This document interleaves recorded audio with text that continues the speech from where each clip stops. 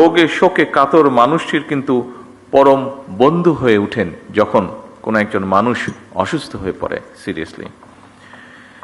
চিকিৎসকগণই কিন্তু সত্যিকার অর্থে মানুষের বিপদের বন্ধু।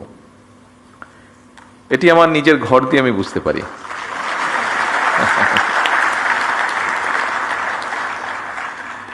একজন চিকিৎসকের উপদেশ, আন্তরিক ব্যবহার একজন রোগীর কাছে অনেক সময়, অধিকাংশ সময় বলা যায় প্রায় সব সময় কিন্তু ঔষধের মতন কাজ করে।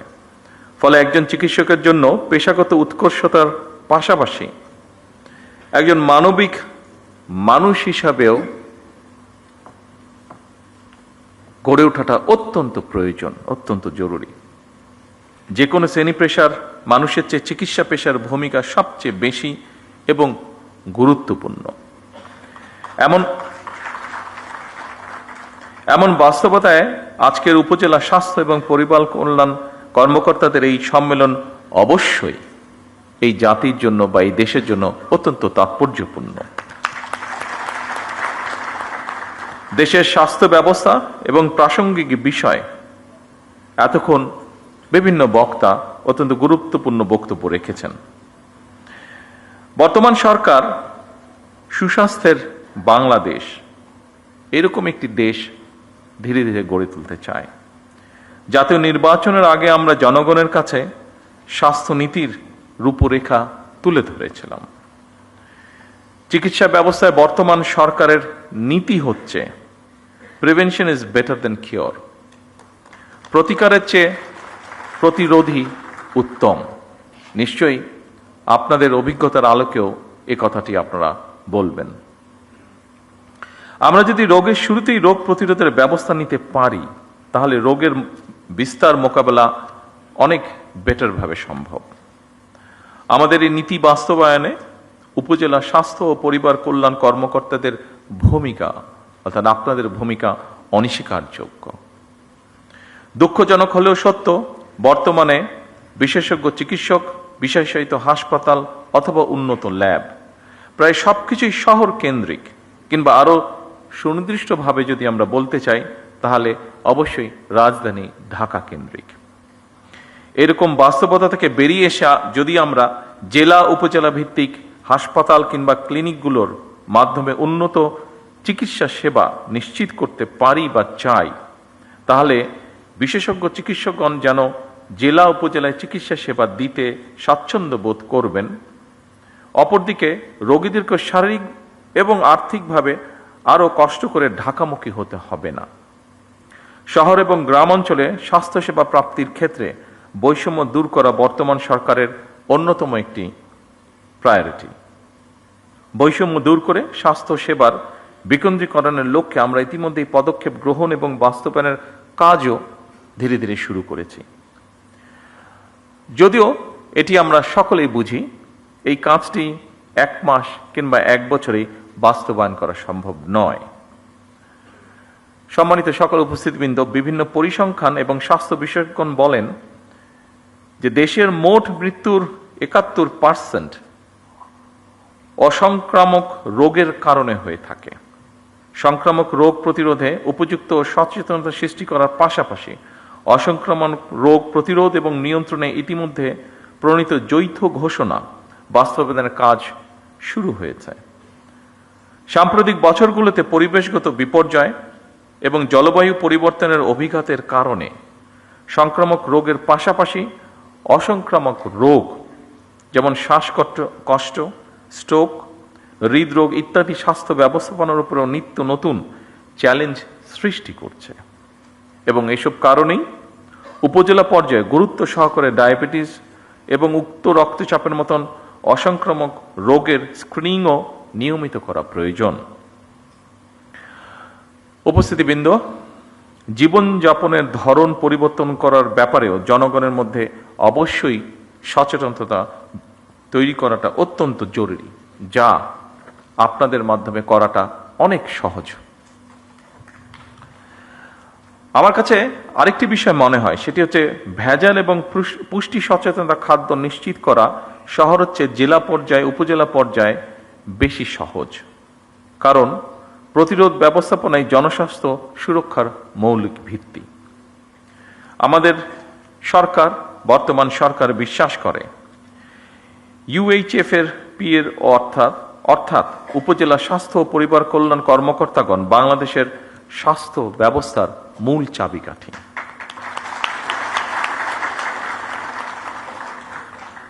মানসম্মত চিকিৎসা ব্যবস্থা বা চিকিৎসা সেবা সাধারণ মানুষের দৌড়গড়ে পৌঁছে দেওয়ার কর্মযজ্ঞে উপজেলা স্বাস্থ্য কর্মকর্তা এবং সদস্যগণ প্রথম সারির যোদ্ধা। হেলথ কেয়ার ম্যানেজমেন্ট এবং হেলথ কেয়ার অ্যাডমিনিস্ট্রেটিভ ম্যানেজমেন্টের একটি অপরটির সঙ্গে অঙ্গাঙ্গিভাবে জড়িত। একজন উপজেলা স্বাস্থ্য ও পরিবার পরিকল্পনা কর্মকর্তাকে নিজ নিজ কর্মস্থলে স্বাস্থ্য ব্যবস্থার পাশাপাশি স্বাস্থ্য সেবা ব্যবস্থাপনার কাজটিও সুচারুভাবে সম্পন্ন করতে হয়। কারণ হেলথ কেয়ার ম্যানেজমেন্ট এবং হেলথ কেয়ার অ্যাডমিনিস্ট্রেটিভ ম্যানেজমেন্ট এই দুটো বিষয়ের মধ্যে সমন্বয় এবং সমন্বয় না হলে স্বাস্থ্য সেবায় নিশ্চয়ই আমরা কাঙ্ক্ষিত সুফল পাব না। স্বাস্থ্য খাতে ওষুধ শিল্প, চিকিৎসা সামগ্রী, স্বাস্থ্য সেবা, মডার্ন হেলথ টেকনোলজি এবং মেডিকেল বায়োটেকনোলজির মতন অনেকগুলো দিক রয়েছে। সেজন্যই দেশের স্বাস্থ্য খাত নিয়ে বিএনপি সরকারের বিস্তারিত পরিকল্পনাও রয়েছে। এরই অংশ হিসেবে বর্তমান সরকার ক্রমান্বয়ে স্বাস্থ্য খাতে জিডিপির 5% বরাদ্দ দেওয়ার পরিকল্পনা গ্রহণ করেছে। উপস্থিতিবৃন্দ, আমি কিন্তু একটি কথা বলেছি ক্রমান্বয়, একবারে এটি সম্ভব না আমাদের পক্ষে, আমরা ক্রমান্বয় করব। প্রসঙ্গক্রমে আমেরিকার একজন বিখ্যাত পুষ্টিবিদ জ্যাক লায়ন, তার একটি কথা এখানে আমি উল্লেখ করতে চাই। তিনি বলেছিলেন, আজকের স্বাস্থ্য সেবা ভবিষ্যতের বিনিয়োগ। এ কারণেই যুক্তরাজ্যের ন্যাশনাল হেলথ সার্ভিস NHS এর জেনারেল প্র্যাকটিশিয়ান জিপির আদলে প্রতিটি উপজেলা এবং পর্যায়ক্রমে প্রতিটি ইউনিয়নে একটি করে প্রাথমিক স্বাস্থ্য সেবা ইউনিট স্থাপন করা যায় কিনা সেটি আমাদের চিন্তা ভাবনার মধ্যে রয়েছে। এই স্বাস্থ্যসেবা ইউনিটগুলোর দায়িত্ব পালনের জন্য বর্তমান সরকার ধারাবাহিকভাবে সারা দেশে 1 লক্ষ হেলথ কেয়ার নিয়োগ দেওয়ারও একটি পরিকল্পনা বা সিদ্ধান্ত রয়েছে এবং এই হেলথ কেয়ারদের 80% হবেন নারী সদস্য। হেলথ কেয়ারগণ মানুষের দোরগোড়ায় গিয়ে জনগণকে প্রাথমিক হেলথ কেয়ার দেওয়ার পাশাপাশি স্বাস্থ্য বিষয়ক প্রয়োজনীয় পরামর্শগুলো তাদেরকে দেবেন। উপস্থিত উপজেলা স্বাস্থ্য ও পরিবার কল্যাণ কর্মকর্তা বৃন্দ, ভবিষ্যতের স্বার্থে যে কোনো মূল্যে আমাদেরকে মা ও শিশুর পূর্ণাঙ্গ স্বাস্থ্য সেবা নিশ্চিত করা অত্যন্ত জরুরি। সকল উপজেলা স্বাস্থ্য কমপ্লেক্সগুলোকে পরিপূর্ণ মাতৃকালীন সেবা, নিরাপদ সন্তান প্রসব, নবজাতক এবং শিশু স্বাস্থ্য সেবার নিরাপদ স্থানে পরিণত করা প্রয়োজন। সারা দেশে শিশুদেরকে হামের টিকা না দেওয়ার ফলে বিগত ইমিডিয়েট 2টি সরকারের জীবন বিনাশী ব্যর্থতা মনে হয় ক্ষমাহীন অপরাধ। ভবিষ্যতে আর কখনোই যাতে এ ধরনের ঘটনার পুনরাবৃত্তি না হয়, বর্তমান সরকার সারা দেশে জরুরি ভিত্তিতে হামের টিকা দিয়ে তড়িৎ ব্যবস্থা নেওয়ায় আল্লাহর রহমতে পরিস্থিতি অবনতি কিছুটা রোধ করা সম্ভব হয়েছে এবং আমরা দৃঢ়ভাবে বিশ্বাস করি আপনাদের ঐকান্তিক প্রচেষ্টার ফলে এটিকে আমরা রোধ করে নিয়ে আসতে সক্ষম হব ইনশাআল্লাহ। এবং এই জন্য আমরা যেই রোধটি করতে পেরেছি, হঠাৎই সমস্যাটি থেকে শিশুদেরকে রক্ষা করতে পেরেছি, এই জন্য আমি সারা দেশের সকল চিকিৎসক এবং স্বাস্থ্যকর্মী সহ আপনাদের সকলকে সরকারের পক্ষ থেকে আন্তরিক ধন্যবাদ জানাতে চাই। যারা তাদের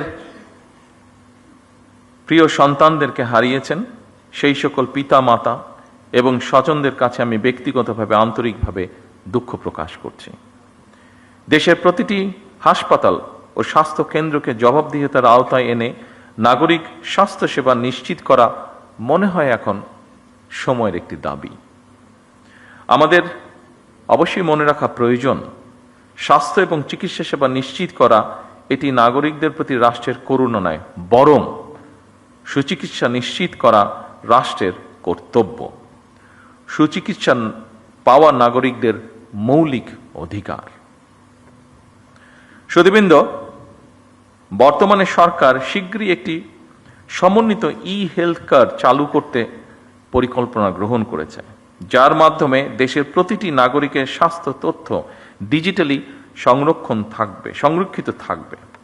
এতে যে কোনো নাগরিক প্রয়োজনে দেশের যে কোনো হাসপাতালে সহজেই চিকিৎসা সেবা গ্রহণ করতে পারবেন। এর পাশাপাশি বর্তমান সরকার ধাপে ধাপে একটি জাতীয় স্বাস্থ্য বীমা চালু করার পরিকল্পনা বা চিন্তা ভাবনাও করছে, যাতে করে নাগরিক চিকিৎসা ব্যয়ের কারণে যে কোনো নাগরিক চিকিৎসা ব্যয়ের কারণে আর্থিকভাবে ক্ষতিগ্রস্ত না হন। আমাদের লক্ষ্য উপজেলা স্বাস্থ্য কমপ্লেক্সগুলোকে আরও উন্নত করা, প্রয়োজনীয় জনবল নিশ্চিত করা এবং প্রযুক্তির মাধ্যমে স্বাস্থ্যসেবা আরও সহজ ও কার্যকর করা। সম্মানিত সকল উপস্থিতিবৃন্দ, চিকিৎসকবৃন্দ, নাগরিকদের সুচিকিৎসা নিশ্চিত করতে হলে চিকিৎসক এবং স্বাস্থ্যকর্মীদের আবাসন, নিরাপত্তা, মর্যাদা এবং জীবনমান উন্নয়ন নিশ্চিত করার বিষয়টি সম্পর্কেও সরকার অবশ্যই ওয়াকিবহাল। এ ব্যাপারে সরকার সাধ্যমতন যথাযথ পদক্ষেপ গ্রহণে বদ্ধপরিকর। এই সম্মেলনের মাধ্যমে আমি একটি কথা আপনাদের সামনে তুলে ধরতে চাই। প্রত্যেক উপজেলা স্বাস্থ্য ও পরিবার পরিকল্পনা কর্মকর্তা নিজ নিজ এলাকায় একটি কার্যকর, জবাবদিহিমূলক এবং মানবিক স্বাস্থ্যসেবা গড়ে তুলতে নেতৃত্ব দেবেন। একটি সুস্থ জাতি গড়ার যে স্বপ্ন বা যে আকাঙ্ক্ষা আমাদের মধ্যে রয়েছে, সেই আকাঙ্ক্ষাকে বাস্তবায়নের রূপ দেওয়ার মূল কারিগর কিন্তু আপনারা। আমরা সবাই মিলে একটি স্বাস্থ্য ব্যবস্থা গড়তে চাই, যা হবে সবার জন্য সহজলভ্য, কার্যকর এবং মানবিক।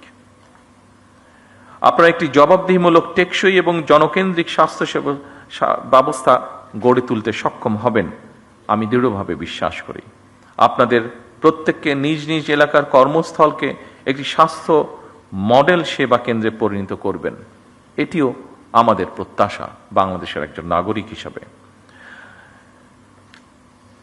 সম্মানিত সকল উপস্থিতিবৃন্দ, আপনাদের সামনে যে কথাগুলি আমি এতক্ষণ তুলে ধরলাম, এই কথাগুলো আমাদের ম্যানিফেস্টো, আমাদের পরিকল্পনা, আমাদের চিন্তা ভাবনা সকল কিছুকে সন্নিবেশিত করে লিখিতভাবে আমি আপনাদের সামনে উপস্থাপন করেছি।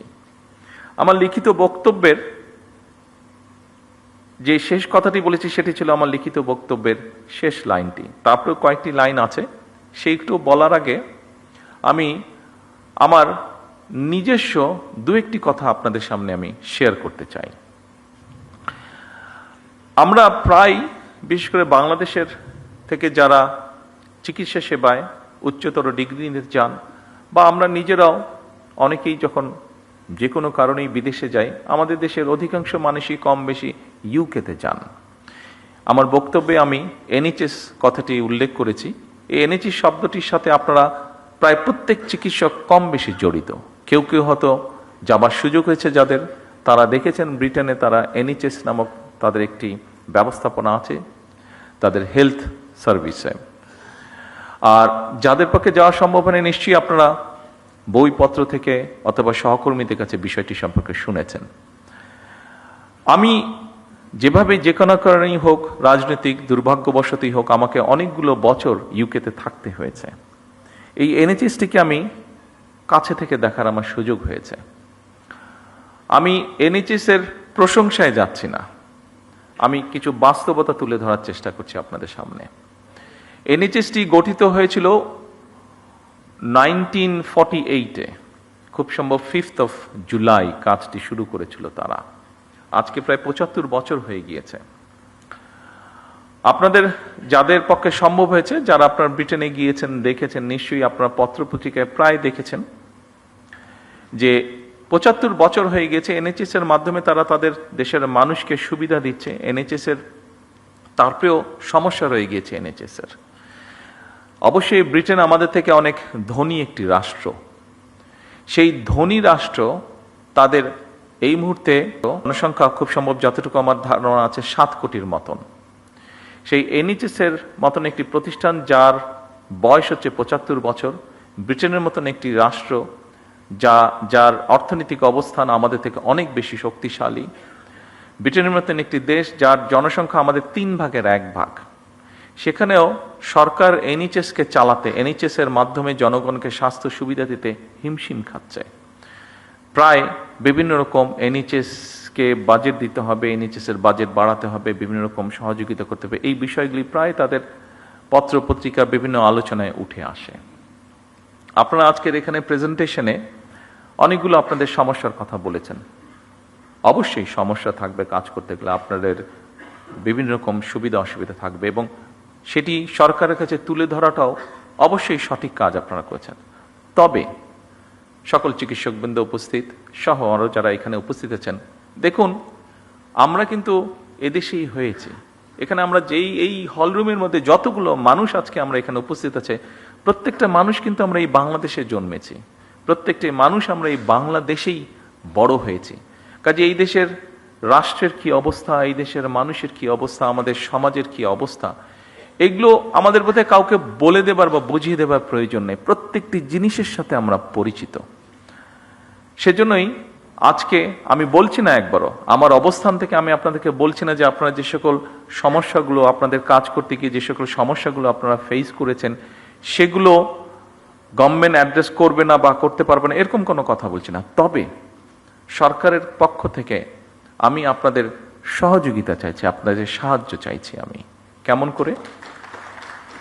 দেখুন, যেই কথাটি আমি বললাম যে আমরা আমাদের দেশের অর্থনৈতিক অবস্থা বলুন, সামাজিক অবস্থা বলুন, প্রত্যেকটি জিনিস সম্পর্কে আমরা জানি, ধারণা আছে। আমি আগেই বলেছি যে এনএইচএস এর মতন একটি প্রতিষ্ঠান যেই দেশে আছে সেই দেশকেও হিমশিম খেতে হচ্ছে সেটিকে সাপোর্ট দেওয়ার জন্য। তাদের থেকে অর্থনৈতিকভাবে আমরা অনেক পিছিয়ে আছি। আর এর মধ্যে কি হয়েছে না হচ্ছে আপনাদেরও কম বেশি ধারণা আছে। আমি সেই বিতর্কে যাচ্ছি না, সেই বিস্তারিত বিবরণেও যাচ্ছি না। আমরা যদি প্রত্যেকে, যেমন যেই প্রেজেন্টেশনটি প্রথম দিকে আমরা দেখেছি একটা বইয়ের বিভিন্ন পাতা, ওই বইটা মনে হয় আপনাদের কাছে আছে, এখানেও আছে, এটা 6 নম্বর পেজে স্বাস্থ্য প্রতিমন্ত্রী সাহেব, আমি ওনাকে তখন বলছিলাম যে আবর্জনার একটি উপজেলা স্বাস্থ্য কমপ্লেক্সের সামনে একটি অ্যাম্বুলেন্স দাঁড়িয়ে আছে এবং সাইডে অনেকগুলো আবর্জনা পড়ে আছে। এটা স্বাস্থ্য প্রতিমন্ত্রী সাহেব উনি বলেছেন যে এই ময়লাটাকে পরিষ্কার করার জন্য খুব বেশি রিসোর্সের প্রয়োজন নাই, এটিকে পরিষ্কার করার জন্য একটি ইচ্ছা শক্তির প্রয়োজন, এটিকে পরিষ্কার রাখার জন্য একটি মন মানসিকতার প্রয়োজন।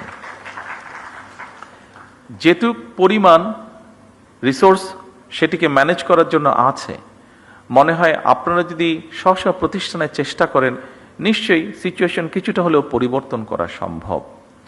আমি যদি আমার পেশেন্টদেরকে শেখাই শুধু এই অসুখে এই ওষুধ খেতে হবে, এই কাজটি করো না তাহলে এই অসুখটি হবে না, এটা বলার পাশাপাশি আমি যদি তাদেরকে হাইজিন সম্পর্কে একটি কথা বলি, আমি যদি তাদেরকে শিখাই যে যদি ময়লাটি কম করো তাহলেই ময়লা কম হবে, ময়লাটি কম করো তাহলেই ময়লা কম হবে, নিশ্চয়ই আপনাদেরকে আমি বোঝাতে পেরেছি যে আমি চানাচুর খেলাম, কলাটা খেলাম, এখানেই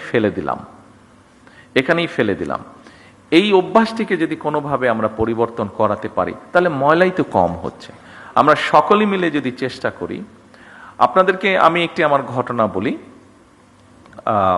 আমি এটি বোঝানোর জন্য বলছি, অন্য কোনোভাবে দয়া করে নেবেন না ঘটনাটি। সেটি হচ্ছে 1997 সালে একটি রোড মার্চ হয়েছিল, রাজনৈতিক একটি রোড মার্চ হয়েছিল বাংলাদেশ জাতীয়তাবাদী দলের নেতৃত্বে, ঢাকা থেকে পঞ্চগড়। বগুড়াতে নাইট স্টে ছিল, যেহেতু বগুড়াতে একদিন নাইট স্টে ছিল পুরো কনভয়ের হাজার হাজার লোকের, তো স্বাভাবিকভাবে আমি কয়েকদিন আগে বগুড়াতে চলে গিয়েছিলাম, যেহেতু নিজের জেলা, সবাই দেশের বিভিন্ন জায়গা থেকে নেতা কর্মীরা সহ সমর্থকবৃন্দ সাধারণ মানুষ আসবে ওই কনভয়েতে, কয়েক হাজার মানুষ, একটা তো ম্যানেজমেন্ট থাকতে হবে, থাকা খাওয়া সবকিছু। তো আমরা যেখানে বড় একটি স্কুল মাঠে প্যান্ডেল করেছিলাম, তো সেখানে আমরা সবাই এসে পৌঁছতে সন্ধ্যাবে, গরমের দিন, মাসটা মনে নেই, তবে সামার ছিল, গরম ছিল। তো আমরা সকল মানুষ যাতে এসে অন্তত একটু হাত মুখ ধুতে পারে, অজু করতে পারে, গোসল করতে পারে, এরকম একটা ব্যবস্থা রেখেছিলাম। তো স্বাভাবিকভাবে স্কুল মাঠ নিয়েছিলাম, মাঠের মধ্যে যদি পানি পড়ে ন্যাচারালি কাদা হয়ে যাবে, তো আমরা নিচে বালি দিয়ে উপরে ইট জাস্ট বিছিয়ে দিয়েছিলাম। তো ওই কাজটা যাদেরকে দিয়েছিলাম তাদেরকে কাজের ডাইরেকশন সবকিছু দিয়ে আমি অন্য কাজ দেখতে চলে গিয়েছিলাম। এটি সকালের ঘটনা। রাত্রে যখন আমি প্রায় 9টার দিকে আসলাম, এটি আগের দিনের ঘটনা, যেদিন রোড মার্চ আসবে আগের দিনের ঘটনা। 9টার দিকে আসলাম, দেখলাম যে ইটগুলো নিয়ে আসা হয়েছে। যাদেরকে ইটের কথা বলেছে, আমাদেরই এক নেতা ছিল, তার ইটের ভাটা ছিল, সে বলেছে যে আমি ইট দেবো। ঠিক আছে, ভেরি ওয়েল, তাহলে আমাদের ইট আর কিনতে হয়নি। তো আমি এসে দেখলাম যে ইটগুলা এসে ইট ভাটা থেকে এসে এক জায়গায় স্ট্যাক করে রেখে গিয়েছে। তো আমি বললাম যে কি ব্যাপার, এগুলো বিছানো হয়নি কেন? তো তখন আমাকে সবাই বললো যে লেবার যারা আসার কথা ছিল এখনো আসেনি, হয়তো আসবে তারপরে বিছাবে। তো শুনে আমার মেজাজটা একটু খারাপই হলো। আমি কাউকে কিছু বললাম না, আমি চারিদিকে আমাদের নেতা কর্মীরা আছে, আমি হাঁটা ধরলাম স্টেকের যেখানে ইটগুলা সব রাখা ছিল, আমি গিয়ে 2 হাতে 2টা ইট ধরে, এখানে শাওলম আছে, খুব সম্ভব ওর বোধহয় ঘটনাটি মনে আছে, আমি 2 হাতে 2টা ইট নিয়ে যেখান থেকে বিছানোর কথা ছিল ওখানে আমি বিছানো ধরলাম। স্বাভাবিক, আমি যখন ইট নিয়ে আসা যাওয়া শুরু করেছি, সব নেতাকর্মী 2টা করে ইট ধরলো। বিশ্বাস করবেন 1 থেকে 1.5 ঘন্টার মধ্যে পুরো কাজটা কমপ্লিট হয়ে গেল।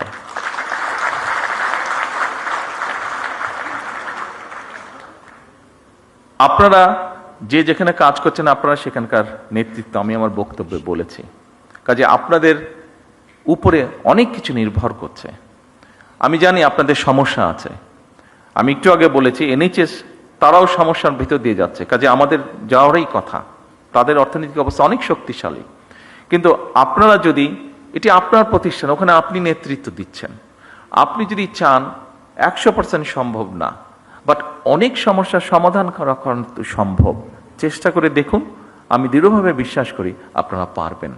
আপনারা পারবেন বলেই কিন্তু আপনাদের কাছে এই প্রত্যাশাটা করছি। সরকার একা কিছু পারবে না। সরকারকে যদি আপনারা সহযোগিতা আপনারা করেন, আমাদের প্রত্যেককে এগিয়ে আসতে হবে। দেখুন, আজকে ছুটির দিন, আমারও ইচ্ছা করে যে স্বাভাবিক আমার পরিবারের সাথে একটু সময় দিই। গতকাল শুক্রবার ছিল, গতকালকেও রাত্রি 12:30 আমি বাসায় ফিরেছি বিভিন্ন কর্মসূচি সেরে। আজকেও আপনাদের এখানে এসেছে, আজকেও আমার বাসায় ফিরতে পেতে ওরকমই হবে যেগুলো প্রোগ্রাম আছে। ফলে আজকেও ছুটির দিনেও আমি আমার পরিবারের সাথে থাকতে পারিনি। একই অবস্থা আপনাদের। কিন্তু যে কথাটি আমি বলতে চাচ্ছি, দেশটি তো আমাদের সবার, দেশটি আমাদের সবার। আমরা সকলে মিলে যদি চেষ্টা করি একটু একটু করে, আমি বলছি না যে আপনারা সবাই একজনই সব করে ফেলবেন, কিন্তু সবাই যদি একটু একটু করে আমরা করি, একটু তো পরিবর্তন নিশ্চয়ই হবে। কেন হবে না? অবশ্যই হতে হবে। অন্য দেশের মানুষ যদি পারে, আমরাও পারবো। আমি সংক্ষিপ্ত একটি ঘটনা বলে, এই ঘটনাটি 2 দিন আগের ঘটনা, সংক্ষিপ্ত একটা ঘটনা বলে আমার বক্তব্য শেষ করব, কারণ সময় চলে যাচ্ছে, আপনাদেরও কাজ আছে, যেতে হবে। ঘটনাটি হচ্ছে, আপনাদের একটি নামের সাথে মনে হয় আপনারা সবাই না হলেও বেশ কিছু মানুষ পরিচিত আছেন। ফাতেমা নামে একটি নাম। এই মেয়েটি আমার আম্মার সাথে জেলেও ছিলেন। যেহেতু আম্মা অসুস্থ ছিলেন, ও অনেক বছর ধরে আছে, আমাদের পরিবারের একজন সদস্য হয়ে গিয়েছে সে। তো এখন 2 দিন আগে তার এক আত্মীয়, ওর বাড়ি বরিশালের দিকে, তো 2 দিন আগে তার এক আত্মীয়, আমরা এখানে প্রসূতি মায়ের কথা বলেছি, তার এক আত্মীয় বলে তার এরকম কমপ্লিকেশন দেখা দেবার পরে হাসপাতালে নেওয়া হলো। হাসপাতালে নেওয়ার সাথে বরিশাল হাসপাতালে নেওয়া হলো। বরিশাল হাসপাতালে নেওয়ার সাথে সাথে তারা বললো বিভিন্ন রকম কমপ্লিকেশন, ওখানে ইনকিউবেটর বলতে আপনি পাঠিয়েছেন না একমিশন, তো নেই, তাকে সাথে সাথে ঢাকায় রেফার করা হচ্ছে। কিন্তু আমি যতটুকু শুনছি, আমি তো ডাক্তার না, বাট আমি যতটুকু বাসায় যাওয়ার পরে আমার স্ত্রীর কাছে শুনলাম যে সামান্য বেসিক জিনিসটা ওখানে দেওয়া সম্ভব হয়নি বা দিচ্ছে না, ঢাকায় সাথে সাথে পাঠিয়ে দিচ্ছে। কিন্তু ফাতেমা স্বাভাবিকভাবে আমার ওয়াইফকে বলেছে, উনিও 2-1 জনের সাথে কথা বলেছেন, সেই জন্য ফাতেমা সেই আত্মীয় খুব স্বাভাবিকভাবে বেটার চিকিৎসা পেয়ে গিয়েছে। কিন্তু প্রশ্নটি সেটা হচ্ছে, সবাই তো ফাতেমা না, বা সবাই ফাতেমার আত্মীয় না। ফাতেমার আত্মীয় হয়তো, সে যেহেতু ফাতেমা ছিল সেই জন্য আমার স্ত্রী ঘটনাটি জানতে পেরেছে, স্বাভাবিকভাবে উনি টেক কেয়ার করেছেন। তার আত্মীয়টা, বাচ্চাটা হয়েছে বাট অসুস্থ, তারপরেও মোটামুটিভাবে ম্যানেজ করা গিয়েছে, ঢাকায় আর আনতে হয়নি খুব সম্ভবত, যতটুকু আমি জানি। আর সামহাও মিনিস্টার সাহেবও জানার পরে উনিও কিছুটা ইন্টারফেয়ার করেছেন, ফলে এখান থেকে সাথে সাথে একটা মেশিন বোধহয় ছিল না, মেশিনটা বোধহয় পাঠানো হয়েছে, ফলে ওর আত্মীয়র বদলতে অনেকগুলা শিশু এখন সেই সুবিধাটা পাবে। অনেকগুলা শিশু সেই কষ্ট থেকে বা সেই সমস্যা থেকে, সেই বিপদ থেকে বেঁচে যাবে। কিন্তু যেই কথাটা আমি বলতে চাইছি, ওখানে যারা দায়িত্বরত ছিলেন তারা যদি আরো একটু যত্নশীল হতেন, তারা যদি আরো একটু কেয়ারফুল হতেন, তাহলে হয়তো অনেকগুলো সমস্যাকে এড়ানো যেত। সব না হলে অনেকগুলো সমস্যাকে এড়ানো যেত। আপনাদের কাছে আমার অনুরোধ থাকবে, এই দেশের একজন নাগরিক হিসাবে আমাদেরকে সাহায্য করুন, সরকারকে সাহায্য করুন, যেন আমরা কাউকে ফাতেমার আত্মীয় হওয়ার প্রয়োজন হবে না। যে কোনো মানুষ যাতে মিনিমাম হলেও চিকিৎসা সুবিধাটি দিতে পারেন। আর আপনাদের যে সমস্যাগুলো আছে, আপনাদের কাজ করতে গিয়ে যে সমস্যাগুলো আছে, আপনারা এখানে উল্টে গিয়ে করেছেন, সেই সমস্যাগুলো একবারে আমাদের পক্ষে সমাধান করা সম্ভব না, এটা আপনারাও বুঝতে পারেন। তবে প্রথম যেই সমস্যাটির আপনারা কথা বলেছেন, নিরাপত্তা আপনাদের একটি বিষয়, যেটাতে প্রথমেই আপনারা হাততালি দিয়েছেন, আমি জিজ্ঞেস করলাম যে ওটাতে আপনারা হাততালি দেন, খুব সম্ভবত 3 নম্বর পয়েন্ট ছিল বোধহয় ওটা। এই 3 নম্বর পয়েন্টটি এখানে স্বরাষ্ট্রমন্ত্রী সাহেব আছেন, ওনার সাথে আমি আজ না হয় কালকেই স্বাস্থ্যমন্ত্রীকে নিয়ে, প্রতিমন্ত্রীকে নিয়ে এবং সেক্রেটারি সাহেবকে নিয়ে ইমিডিয়েটলি আমি স্বরাষ্ট্রমন্ত্রী সাহেবের সাথে বিষয়টি আলাপ করব। কারণ স্বভাবতই আমি যদি আমার নিরাপত্তা নিয়ে চিন্তিত থাকি, অন্য কোনো কাজে আমি কনসেন্ট্রেট করতে পারবো না। সেই জন্য আমরা সরকারের পক্ষ থেকে চেষ্টা করব এই বিষয়টি কিভাবে ইমিডিয়েটলি অ্যাড্রেস করা যায়। বাকি সমস্যাগুলো ইনশাল্লাহ পর্যায়ক্রমিকভাবে, একটি দুঃখজনক দুর্ঘটনা ঘটেছে, সেটি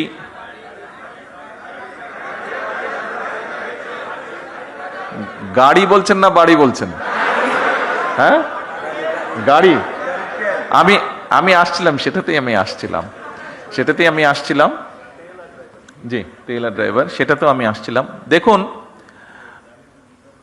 ওই যে অনেক সময় কিছু সায়েন্স ফিকশন মুভি আমরা দেখি যে back to the future, back to the মানে হ্যাঁ পাস্ট হবে। হ্যাঁ, আমরা যদি পাস্টে যেতে পারতাম তাহলে হয়তো মধ্যপ্রাচ্য যে সমস্যাটা, এটাকে হয়তো ম্যানেজ করে ফেলা যেত শুরু হবার আগে, তাহলে দেশের মধ্যে অনেক সমস্যা হতো না। তেলের যেই কিছু কিছু ক্ষেত্রে বিভিন্নভাবে কিছু অসুবিধা হচ্ছে, যেটি আপনারা বলেছেন, অবশ্যই ইট ইজ নিডেড। একটু সময় দিন আমাদেরকে, আমরা যেহেতু পিছন তো যেতে পারবো না, সামনে পিছনে যেই সমস্যাটা তৈরি হয়েছে এটার জন্য আরো সমস্যা তৈরি হয়েছে। আমাদেরকে অতিরিক্ত অনেক বেশি দাম দিয়ে দেশের মানুষ যাতে স্বাভাবিকভাবে সবকিছু রাখতে পারে, আমাদের যেরকম ভর্তুকির পরিমাণ বাড়াতে হয়েছে জ্বালানিতে, একইভাবে ইন্টারন্যাশনাল মার্কেট থেকে $2 বিলিয়নেরও বেশি ডলার দিয়ে আমাদেরকে ইমিডিয়েট তেল ক্রয় করতে হয়েছে। তার ফলে সরকারের বা জনগণের অনেকগুলো অর্থ খরচ হয়ে গিয়েছে। আমরা চেষ্টা করব যত দ্রুত সম্ভব, ড্রাইভারই হোক অথবা গাড়ির তেলের ব্যবস্থাটি হোক, আমরা করার চেষ্টা করব। একটু সময় দিতে হবে আমাদেরকে, একটু সময় লাগবে, পুরো জিনিসটা ম্যানেজ করার জন্য একটু সময় লাগবে। আপনারা একটু ধৈর্য ধরেন, ইনশাল্লাহ বাকিগুলো ধীরে ধীরে আমরা করব। তবে নিরাপত্তার বিষয়টি আমরা ইনশাল্লাহ ইমিডিয়েটলি দেখব। সকল চিকিৎসকবৃন্দ, বক্তব্য শেষ করার আগে দিয়ে আবারও আমি আপনাদের কাছে সহযোগিতা চেয়ে যাচ্ছি। সরকারকে দয়া করে, সরকারকে বাদ দেন, আপনি মানুষকে সহায়তা করুন, মানুষকে সহযোগিতা করুন, মানুষকে হেল্প করুন। কারণ সে আপনারই কেউ না কেউ, সে আপনারই একজন, সে আপনার এই সমাজের একজন সদস্য, সে আপনার এই দেশের একজন নাগরিক। আসুন, আমরা যেহেতু এখানে আমরা যারা উপস্থিত আছি, এই ঘরে যে কজন মানুষ আমরা উপস্থিত আছি, আমরা কোনো না কোনোভাবে কিন্তু প্রিভিলেজ, কেউ কম কেউ বেশি, কিন্তু প্রত্যেকে প্রিভিলেজ, কেউ না বলতে পারবেন না, কিন্তু কোনো না কোনোভাবে